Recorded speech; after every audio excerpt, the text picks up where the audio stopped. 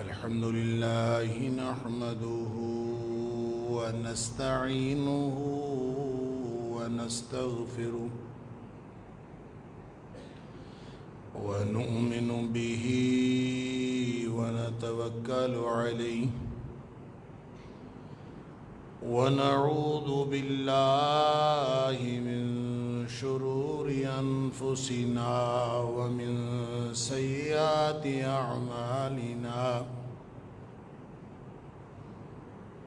من يهده الله فلا مضل له ومن يضلل فلا هادي له وأشهد أن لا إله إلا الله وحده لا شريك له وأشهد أن محمدًا عبده ورسوله أرسله بالحق بشيرًا ونذيرًا بين يدي الساعة فمن يطع الله ورسوله فقد رشد واهتدى ومن يعص الله ورسوله فقد ضل وغوى فإنه لا يضر إلا نفسه ولا يضر الله شيئا نسأل الله ربنا أن يجعلنا ممن يطيعه ويطيع رسوله ويتبع رضوانه ويجتنب سخطه فإنما نحن به وله أما بعد فإن خير الحديث كتاب الله وخير الهدي هدي محمد صلى الله عليه وآله وسلم وشر الأمور محدثاتها وكل محدثة بدعة وكل بدعة ضلالة وكل ضلالة في النار فأعوذ بالله السميع العليم من الشيطان الرجيم من همزه ونفخه ونفثه بسم الله الرحمن الرحيم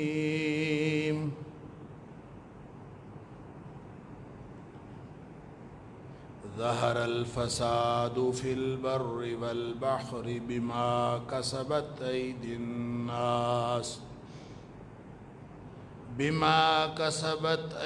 الناس ليذيقهم بعض الذي عملوا لعلهم يرجعون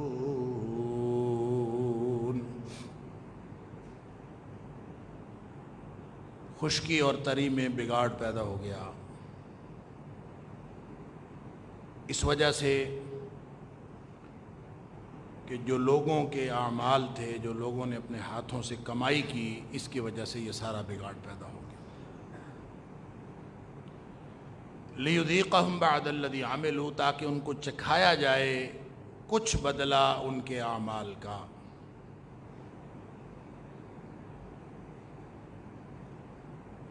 لعلہم یرجعون، تاکہ یہ لوگ ہو سکتا ہے واپس آ جائیں، ان کی واپسی کی کوئی امید بن جائے۔ صدق اللہ العظیم۔ اللہ تعالیٰ نے انسانوں کو، مجھے اور آپ کو، ہم سب کو جس امتحان کے لیے اس دنیا میں بھیجا، تو ایک سٹینڈرڈ، ایک معیار فطرت کا، نفسیات کا، اعمال کا، کردار کا، سوچوں کا، آرزوؤں کا، تمناؤں کا ایک معیار جو انسان کی فطرت ہے، اس معیار کے اوپر پیدا کر کے اس دنیا میں بھیجا۔ کل مولود یولد علی الفطرہ، ہر بچہ جو پیدا ہوتا ہے، اس دنیا میں آتا ہے، وہ اسی سٹینڈرڈ پہ پیدا ہوتا ہے، اس فطرت پہ پیدا ہوتا ہے۔ وہ ایک معیار ہے جو اللہ کو پسند بھی ہے، اور جس معیار کو اللہ نے جنت میں جانے کے لیے پری ریکوزٹ، ایک بنیادی شرط بھی قرار دیا۔ اگر انسان اس دنیا میں آ کے اپنی اس فطرت کو بگڑنے سے بچا لے، اپنی سوچوں کو آلودہ ہونے سے بچا لے، اپنے کردار کو گندا ہونے سے بچا لے، اپنی عقیدے کو، اپنے ظاہر اور باطن کو اس سٹینڈرڈ پہ، اس معیار پہ قائم رکھ لے جس معیار پہ اللہ نے پیدا کر کے اس کو بھیجا تھا، تو یہی اس کی کامیابی ہے۔ اللہ اکبر۔ اللہ تعالیٰ فرماتا ہے یوم لا ینفع مال ولا بنون، قیامت والے دن یہ جو دنیا کی تمہاری جد و جہد ہے، ساری زندگی انسان اسی میں لگا دیتا ہے، مال و دولت اکٹھا کرنے کے لیے اور اپنی اولاد کے لیے۔ اللہ اکبر۔ کیا مسلم، کیا غیر مسلم، کیا موحد، کیا غیر موحد، آپ جس کو دیکھیں گے وہ اسی جد و جہد میں لگا ہوا۔ مال و دولت کی جد و جہد ہے، یا پھر اولاد کے لیے بہتری کی جد و جہد ہے، اولاد حاصل کرنے کی، پھر اس کے لیے ساری زندگی بہتر زندگی عطا کرنے کی، اور بہتر زندگی اور بہتر آسائشیں دینے کی، یہی جد و جہد ہے۔ انسان اسی میں اپنی زندگی کھپا دیتا ہے۔ اللہ فرماتا ہے قیامت والے دن نہ مال و دولت نے کام آنا ہے، نہ بیٹوں نے کام، کیونکہ عام پرسیپشن یہ ہے کہ بیٹے کام آتے ہیں۔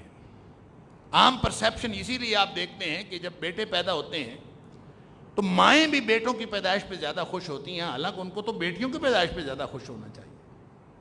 بیٹوں کی پیدائش پہ زیادہ خوش ہوں گی، بلکہ آپ اگر زیادہ گہرا تجزیہ کریں اس پورے پروسیس کا تو آپ کو یہ سمجھ آئے گی کہ جو باپ ہیں وہ بیٹیوں کو پیدائش پہ اتنے ناراض نہیں ہوتے، باپ کو اتنا مسئلہ نہیں ہوتا جتنا ماں کو مسئلہ ہوتا۔ اور پھر وہی ماں بڑی ہو کے جب اس کو تھوڑا سا شعور آتا ہے تو وہی ماں جو بچی کی پیدائش پہ غمگین ہوتی ہے اور افسردہ ہوتی ہے، اور بیٹے کی پیدائش پہ خوشیاں مناتی ہے اور بیٹی کی پیدائش پہ خوشیاں نہیں مناتی۔ باپ خوشیاں منانا چاہتا بھی ہو تو ماں کہتی ہے کہ بیٹی پیدا ہوئی ہے، کیا خوشی منانی، بیٹا ہوتا تو ہم یوں کرتے، بیٹا ہوتا تو ہم یوں کرتے۔ وہی بڑے ہو کے وہی بیٹی اور وہی ماں وہ پھر حقوق نسواں کے لیے، مردوں سے اپنے حقوق لینے کے لیے، پھر وہ عورت مارچ کرتی ہوئی آپ کو بازاروں میں نظر آتی ہے۔ کوئی ایک طرح کا بگاڑ ہے، کوئی ایک طرح کی بگڑی ہوئی فطرت ہے، کوئی ایک مسئلہ ہے۔ وہ جو فطرت جس پہ اللہ نے پیدا کیا تھا وہ اس کے براٹ اپ کی وجہ سے خراب ہوتی ہے۔ نبی اکرم صلی اللہ علیہ وسلم فرمایا فَأَبَوَاهُ يُحَوِّدَانِهِ أَوْ يُمَجِّسَانِهِ أَوْ يُنَصِّرَانِهِ، اس کے والدین، اس کا شعور ڈیولپ جہاں ہوتا ہے، اس کا جو ماحول ہے، اس کا جو براٹ اپ ہے، اس کی جہاں پرورش ہوتی ہے، وہ اصل میں اس کا بیڑا غرق کرتے ہیں۔ کوئی یہودی بنا دیتا ہے اس کو، کوئی عیسائی بنا دیتا ہے، کوئی اس کو مجوسی بنا دیتا ہے۔ جس طرح کا ماحول ہوگا وہ ماحول اس کو وہی کچھ بنائے گا۔ اور وہ ماحول میں اور آپ بطور والدین اپنے بچوں کو کون سا ماحول دے رہے ہیں، ہمیں سوچنا ہے۔ بگڑی ہوئی فطرت ہمیں بہت بری لگتی ہے، بگڑے ہوئے نوجوان ہمیں بہت برے لگتے ہیں، ان کا پھیلایا ہوا فساد ہمیں دنیا میں فساد محسوس ہوتا ہے، ان کی پھیلائی ہوئی فکر ہمیں بگڑی ہوئی فکر نظر آتی ہے، لیکن ہمیں یہ نہیں سمجھ آتی کہ ہم بچوں کو یہودی، عیسائی، مجوسی اور لادین بننے سے روکنے کے لیے ہم نے اقدامات کیا کیے ہیں؟ ہم نے کون سا وہ کام کیا ہے کہ ہمارے بچے اس برے اثرات سے بچ جائیں، ان کی فطرت بگڑنے سے بچ جائے؟ ہم نے کون سا اقدام کیا؟ وہی فطرت جس پر اللہ نے دین کو بنایا ہے، وہی فطرت جس پر اللہ نے انسان کو پیدا کیا ہے، انسان کی اس سٹینڈرڈ فطرت اور یہ دین فطرت، اس کے اندر کوئی تفاوت نہیں ہے، ایک جیسی ہے۔ لہذا یہ سوال جب کسی ذہن میں اٹھے گا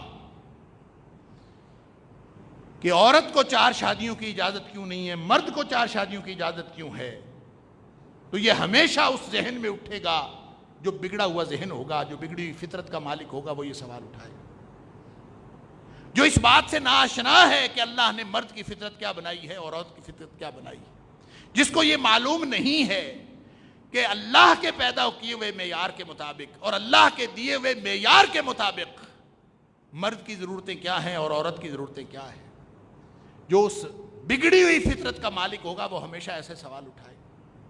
لہذا وہ سوالات جو معاشرتی رشتوں کے بارے میں اٹھتے ہیں، جو ماں باپ سے اولاد کے حقوق چھین لینے کے حوالے سے اٹھتے ہیں، جو خواتین کے حقوق مردوں سے چھین لینے کے بارے میں اٹھتے ہیں، یہ دیکھے بغیر کہ وہ مرد اس کا باپ ہے یا مرد اس کا بھائی ہے یا مرد اس کا شوہر ہے، اگر اللہ کے دین کی اور اللہ کے رسول صلی اللہ علیہ وسلم کی دی ہوئی اس شریعت کو دیکھیں، اس فطرت کو دیکھیں، تو مرد تو محافظ ہے عورت کا۔ مرد نے تو کبھی عورت کے حقوق، کوئی بے غیرت مرد ہوگا جو عورت کے حقوق چھیننے کی کوشش کرتا ہوگا، یا وہ مرد اپنی مردانگی جتا کر عورت کے حقوق چھینتا ہوگا، وہ کوئی بے غیرت ہوگا، اس کا دین اسلام کے ساتھ کوئی تعلق نہیں۔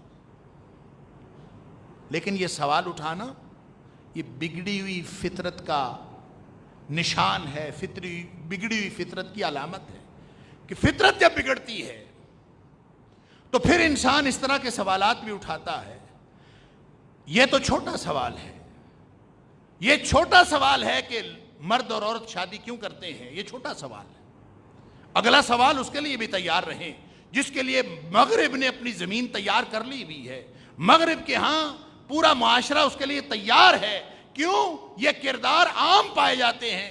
آپ انٹرنیٹ پہ بیٹھیں، آپ انٹرنیٹ کی جو بیہودہ ویب سائٹس ہیں وہ دیکھیں، آپ وہاں سے وہ رشتے جو اللہ نے جن رشتوں کو پاکیزہ رشتے قرار دیا تھا، وہ رشتے جن رشتوں کو اللہ تعالیٰ نے کسی ایک ڈسپلن کے تحت، ایک معیار کے تحت، ایک خاص ضابطے کے تحت جوڑا تھا، وہ سارے کے سارے رشتے آپ کو تہس نہس ہوتے نظر آئیں گے۔ یہ ایک دن میں نہیں ہوا، یہ ایک پوری نسل چلی ہے، ایک پوری مہم چلی ہے، آہستہ آہستہ ان رشتوں کو برباد کیا گیا ہے۔ وہ جو پاکیزہ رشتے تھے ان کی پاکیزگی بھی ختم کی گئی ہے، ان رشتوں کو بھی ختم کیا گیا۔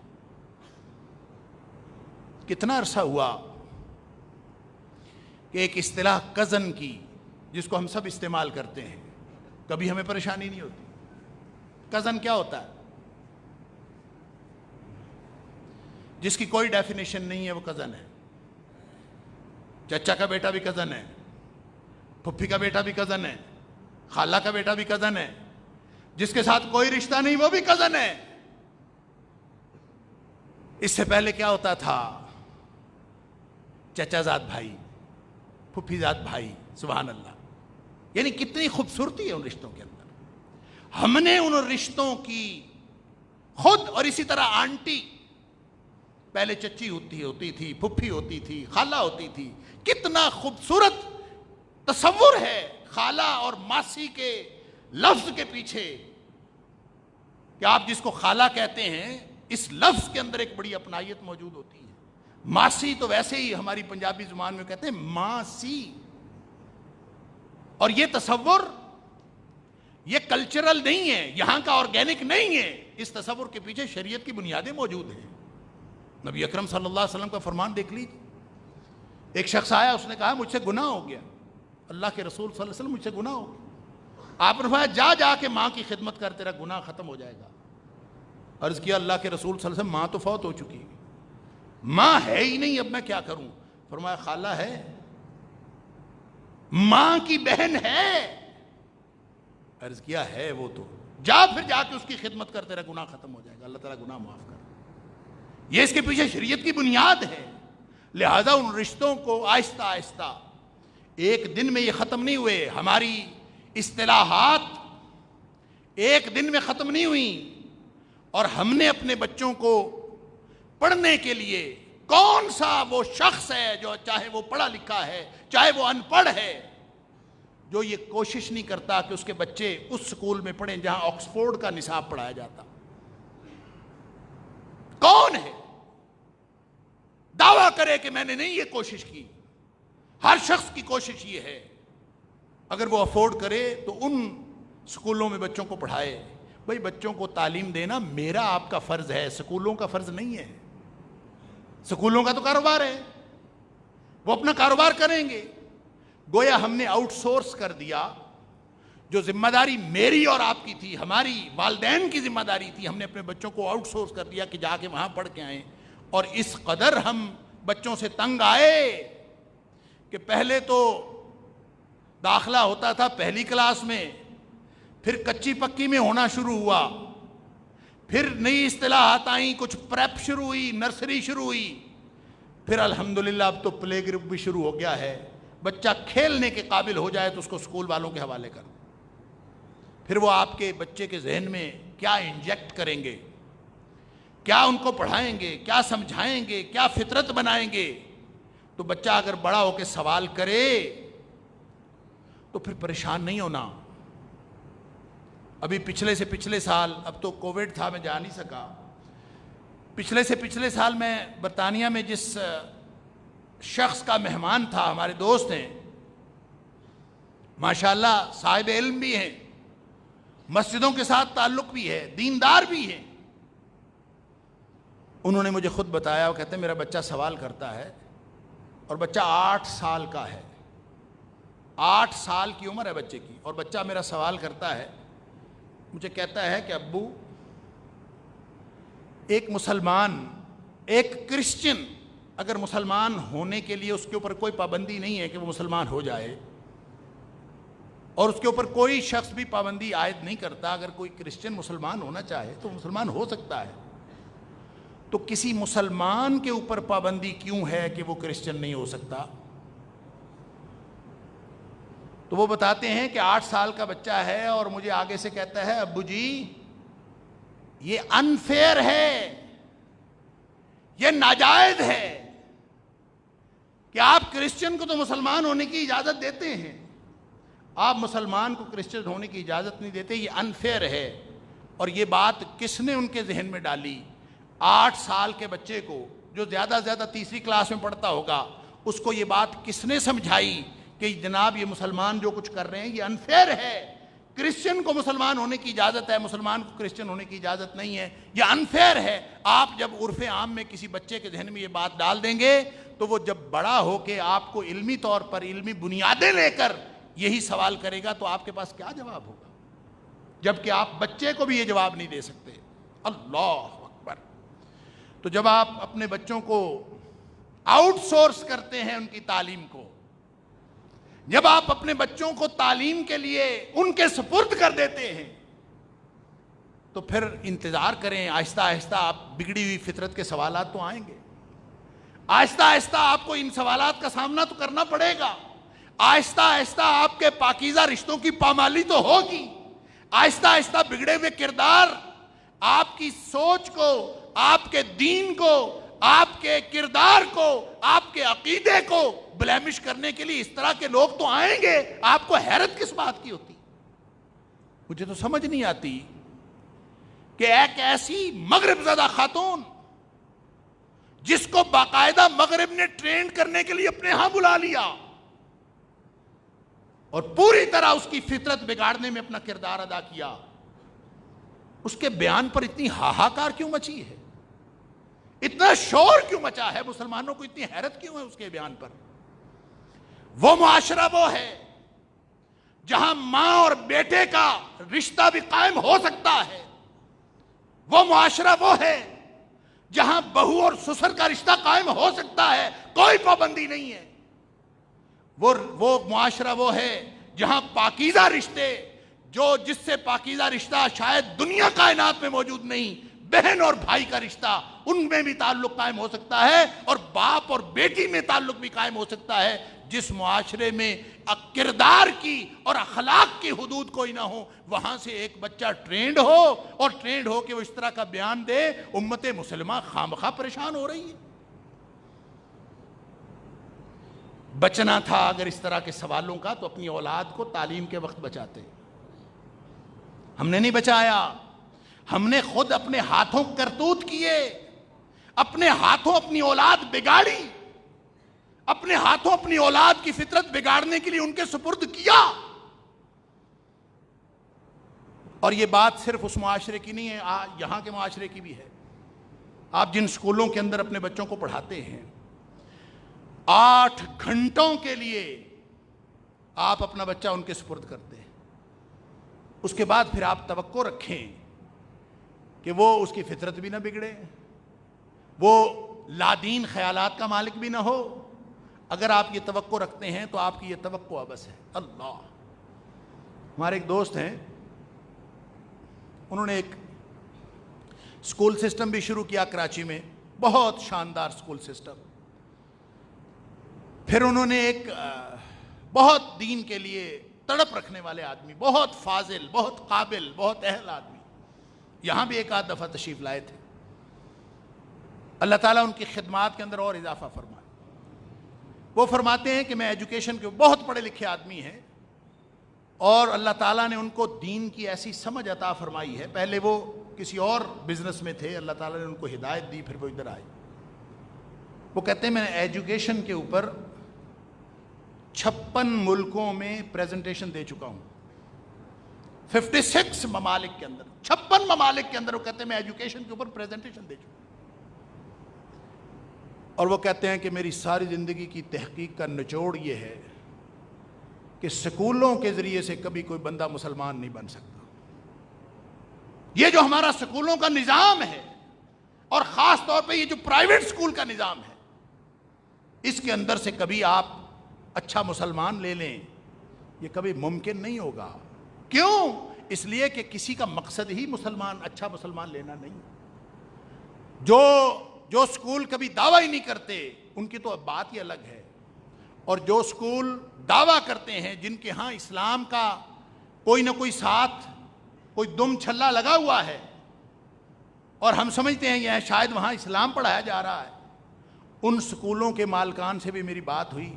وہ کہتے ہیں ہاں، شروع میں ہمارے ذہن میں تھا کہ ہم کچھ نہ کچھ اسلام اس میں شامل کریں گے، حقیقت بات یہ ہے کہ ہم بھی صرف کاروبار کر رہے ہیں، ہم بچوں کو مسلمان نہیں بنا رہے۔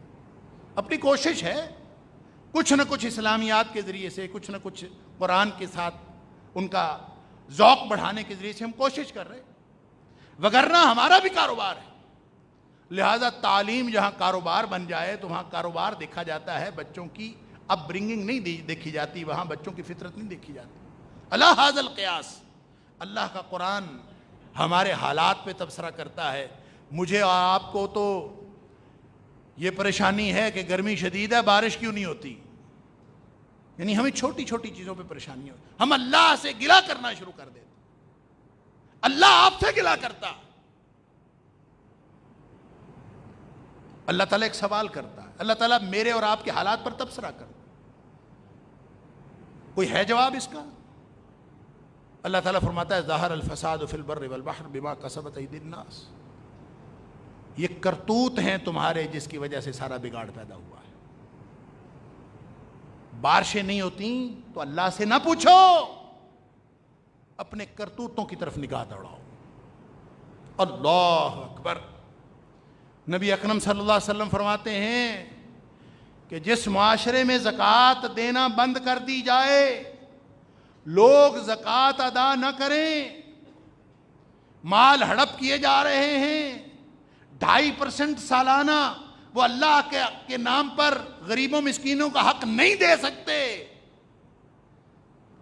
نبی اکرم صلی اللہ علیہ وسلم فرماتے ہیں کہ اگر اللہ کو یہ حیوانات اور جانوروں کا خیال نہ ہوتا تو اس معاشرے میں کبھی ہمیشہ تک کبھی بارش نہ ہوتی، ایک قطرہ بارش کا نہ ہوتا۔ اگر اللہ کو حیوانات اور بہائم کا خیال نہ ہوتا تو یہ جو بارش کبھی کبھار ہو جاتی ہے یہ بھی کچھ جانوروں کی قسمت کی ہو جاتی ہے، جس سے ہم انسان بھی، جو جانور نما انسان ہیں، ہم بھی فائدہ اٹھا لیتے ہیں، وگرنہ ہمارے کرتوت ایسے نہیں ہیں۔ لہذا یہ جو موسموں کی شدت ہے، موسموں کا بگاڑ ہے، یہ دراصل ہماری فطرت کے بگاڑ کے ساتھ منسلک ہے۔ ہماری فطرت بگڑتی ہے، ہماری سوچ بگڑتی ہے، ہماری سوچ بگڑتی ہے، ہمارا کردار بگڑتا ہے، ہمارا کردار بگڑتا ہے تو پورا زمانہ بگڑ جاتا ہے، خشکی اور تری کے اندر ایک بگاڑ پیدا ہوتا ہے۔ اللہ فرماتا ہے ظاہر الفساد فی البر والبحر بما کسبت ایدی الناس۔ یہ لوگوں کے کرتوت ایسے ہیں کہ اللہ تعالیٰ یہ کچھ نہ کچھ بگاڑ لیذیقہم بعد الذی عملوا، کچھ نہ کچھ چکھانے کے لیے، شاید کسی کو خیال آ جائے، شاید کسی کو اپنے کردار کی فکر پڑ جائے، شاید کسی کو اپنے عقیدے کی فکر پڑ جائے، لعلہم یرجعون، شاید یہ واپس لوٹ آئیں، تھوڑا سا چکھاتا ہے، تھوڑا سا۔ وگرنہ کرتوت پتہ کیسے ہیں؟ کرتوت تو ایسے ہیں وَلَوْ يُؤَاخِذُ اللَّهُ النَّاسَ بِمَا كَسَبُوا، اللہ فرماتا ہے لوگوں کے کرتوت ایسے ہیں کہ اگر اللہ پکڑ لے، اگر اللہ مؤاخذہ کر لے، ما ترک علیہا یا ما ترک علی ظہرہا من دابۃ، اللہ فرماتا ہے اس دھرتی کی پشت پر کوئی ایک جاندار تمہیں چلتا نظر نہ آئے، اللہ کا اتنا بڑا عذاب آئے اس کے اوپر، اگر اللہ تعالیٰ واقعتاً کرتوتوں کے مطابق پکڑ لے، اگر اللہ تعالیٰ کرتوتوں کے مطابق عذاب نازل کرے۔ یہ تو اس کی مہربانی ہے، وہ الرحمن ہے، وہ الرحیم ہے، وہ عذاب نازل نہیں کرتا، وہ تو تھوڑا سا چکھاتا ہے کہ یہ لعلہم یرجعون، تمہارے لیے واپسی کا موقع موجود ہے۔ اللہ اکبر۔ لہذا یہ آوازیں جو ادھر ادھر سے آ رہی ہیں اس کے بارے میں پریشان نہ ہوں، ان کو ترکی بترکی جواب دے کے آپ یہ نہ سمجھیں کہ آپ کا فرض ادا ہو گیا۔ اس امت کا قرض، آپ کی زندگی کا قرض، آپ کی حیاتی کا قرض آپ کے اوپر باقی ہے۔ آپ کو اگر اللہ نے اولاد دی ہے، آپ کو اگر اللہ نے پاکیزہ رشتے دیے ہیں، اگر اللہ نے آپ کو پاکیزہ معاشرت دی ہے تو اس کو اسی کے مطابق استوار کریں، اس کے مطابق قائم کریں جو اللہ نے اپنے رسول صلی اللہ علیہ وسلم کے ذریعے سے شریعت عطا فرمائی۔ اگر وہ نہیں دی، اگر اس کے مطابق آپ نہیں کرتے، اپنے گھروں کا ماحول اس کے مطابق نہیں بنایا، اپنے بچوں کی تعلیم، اللہ میں کیا کس کو کہوں، کسی کو کیا کہوں۔ ہم اس طرح کی تقریر کرتے ہیں نا کہیں پہ بھی، تو تقریر کے فوراً بعد لوگ آ کے پوچھتے ہیں ہاں جی ہم اپنے بچوں کو کہاں پڑھائیں؟ سوال ہے، اور میرے پاس اس کا کوئی جواب نہیں ہوتا۔ میں کسی کو جواب دوں تو میں خود پکڑا جاتا ہوں، اس لیے کہ میری بھی ذمہ داری ہے کہ میں جب کسی کو جواب دوں تو میں پورے اس کے جو نتائج و عواقب ہیں اس کی ذمہ داری قبول کروں۔ اللہ، اور حالات یہ ہیں کہ پچھلے جمعے 2-3 جمعے پہلے ایک دوست سے یہاں پہ ملاقات ہوئی ممبر کے پاس جمعے کے بعد، انہوں نے فرمایا کہ میں سرگودا سے آیا ہوں، میں نے لاہور میں ایک ادارے کے بارے میں سنا تھا کہ وہ بڑا اچھا ادارہ ہے، اس ادارے میں اپنے بچے کو داخل 12 سال کا بچہ ہے، 13 سال کا، اس کو داخل کروانے کے لیے آیا ہوں، اور میں نے اس کو وزٹ کیا ہے۔ تو وہ ادارہ جو نام وحدت امت کا لیتا ہے وہ تو لوگوں کو ایک خاص مسلک کا پابند بنانے کے لیے بنا ہے، اور میں نے تو وزٹ کرنے کے بعد میں تو حیران ہو گیا کہ وحدت امت کا نعرہ لگانے والا وہ تو بچوں کو ایک خاص مسلک کا پابند بناتے ہیں۔ تو میں تو مایوس ہو کے یہاں آ گیا ہوں، آپ مجھے بتائیں میں اپنے بچے کو کہاں داخل کراؤں؟ اللہ اکبر، میرے پاس اس کا جواب نہیں ہے، لیکن ایک جواب میں آپ کو عرض کر دیتا ہوں۔ دین اگر قائم ہے، آج اگر دین قائم ہے تو وہ سکولوں کی وجہ سے قائم نہیں ہے، وہ یونیورسٹیوں کی وجہ سے قائم نہیں ہے۔ آج اگر دین قائم ہے تو وہ علماء کی وجہ سے قائم ہے، وہ علماء جن کا مدارس کے ساتھ تعلق ہے۔ لہذا اچھائیاں برائیاں مدارس میں بھی ہوں گی، لیکن ایک بات واضح ہے کہ دین اگر آج قائم ہے تو مدارس کی وجہ سے قائم ہے۔ لہٰذا علماء سے محبت کیجئے، علماء کی صحبت اختیار کیجئے، اپنے بچوں کو عالم بنانے کے لیے ان کو کتاب و سنت کا علم دیجئے، تاکہ یہ علم کی بقا کے لیے بطور کارکن بھی کام کریں، یہ اللہ کے دین کی بقا کے لیے ذریعہ بھی ثابت ہوں، اور ان کو اللہ تعالیٰ وہ کردار اور وہ سوچ عطا فرمائے جو اس امت کے لیے گم ہو گئی ہے، جو ہماری گم کردہ میراث ہے۔ اللہ کرے کہ ہماری نسلیں پھر سے وہاں پہ آ جائیں، لیکن اس کی واحد ایک ہی سبیل ہے کہ ہم اپنے آپ کو کتاب و سنت کے ساتھ جوڑ لیں۔ نبی اکرم صلی اللہ علیہ وسلم بھی تو یہی فرما کے گئے تھے، لن تضلوا ما تمسکتم بہما، دو چیزیں تم میں چھوڑ کر جا رہا ہوں، ہرگز گمراہ نہیں ہوگے جب تک تم ان دو چیزوں سے چمٹے رہو گے۔ اور وہ دو چیزیں کیا ہیں؟ کتاب اللہ و سنتی، وہ اللہ کی کتاب ہے، میرا طریقہ۔ لہذا اگر کوئی سکول اللہ کی کتاب اور نبی کریم صلی اللہ علیہ وسلم کے طریقے کی طرف لا رہا ہے، اگر کوئی سکول، اگر کوئی ادارہ، جدید ترین ادارہ، وہ اللہ کی کتاب اور نبی اکرم صلی اللہ علیہ وسلم کی سنت کی طرف بلا رہا ہے، تو پھر لازماً اس ادارے میں داخل کروانا چاہیے، وگرنہ پھر اس کا نام مدرسہ ہو، اس کا نام سکول ہو، اس کا نام کوئی کالج ہو، اس کا نام یونیورسٹی ہو، اگر وہ اللہ اور کے قرآن اور نبی کریم صلی اللہ علیہ وسلم کے فرمان کی طرف نہیں بلا رہا، تو پھر توقع رکھیں کہ ہماری اولادیں آج تو کسی ایک رشتے کے بارے میں سوال اٹھا رہی ہیں، تو کل کلاں سارے رشتوں کے بارے میں سوال اٹھائیں گی، یہ پورا سسٹم تباہ و برباد ہو جائے گا۔ اور یاد رکھیے، یہ اللہ کا قرآن نازل ہوا ہے نا، نماز حکم آیا ہے، طریقہ نہیں آیا، زکوٰۃ حکم آیا ہے، طریقہ نہیں آیا، حج بہت مختصر، احکام کوئی نہیں آئے، لیکن معاشرتی تعلقات، اللہ اکبر، رکوعوں کے رکوع، پاروں کے پارے، صورتوں کی صورتیں، جو آپ کے معاشرتی تعلقات کی تفصیلات بتانے کے لیے ہے۔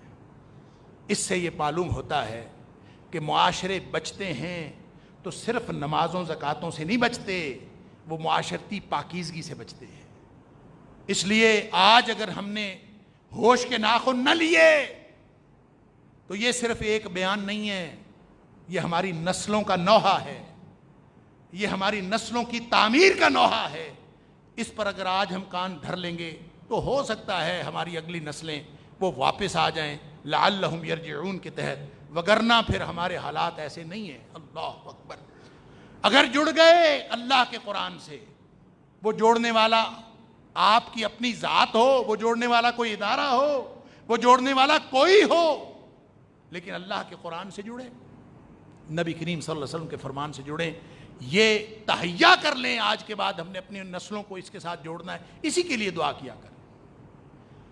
مال، جائیداد، اولادیں، بیٹے، اقتدار، یہ تو ایسی ایک انتہائی کم اہمیت والی چیز ہے کہ اللہ کافروں کو بھی دے دیتا، لیکن جو دین ہے وہ صرف اللہ تعالیٰ اپنے پسندیدہ بندوں کو دیتا۔ من یرید اللہ بہ خیرا یفقہہ فی الدین، جس کے لیے اللہ تعالیٰ بھلائی کا ارادہ کرتا ہے اس کو دین کی سمجھ عطا کرتا ہے۔ لہذا اپنے بچوں کو دیندار بنائیں تو ہماری نسلیں بچیں گی، ان کو ڈگریوں والا بنائیں گے تو پھر بچیں گی۔ یہی وہ ہماری خام خیالی ہے جس نے ہماری نسلوں کو بگاڑا ہے۔ اللہ تعالیٰ مجھے اور آپ کو درست سمجھ اور صحیح طرز عمل کی توفیق عطا فرمائے۔ وآخر دعوانا الحمدللہ رب العالمین۔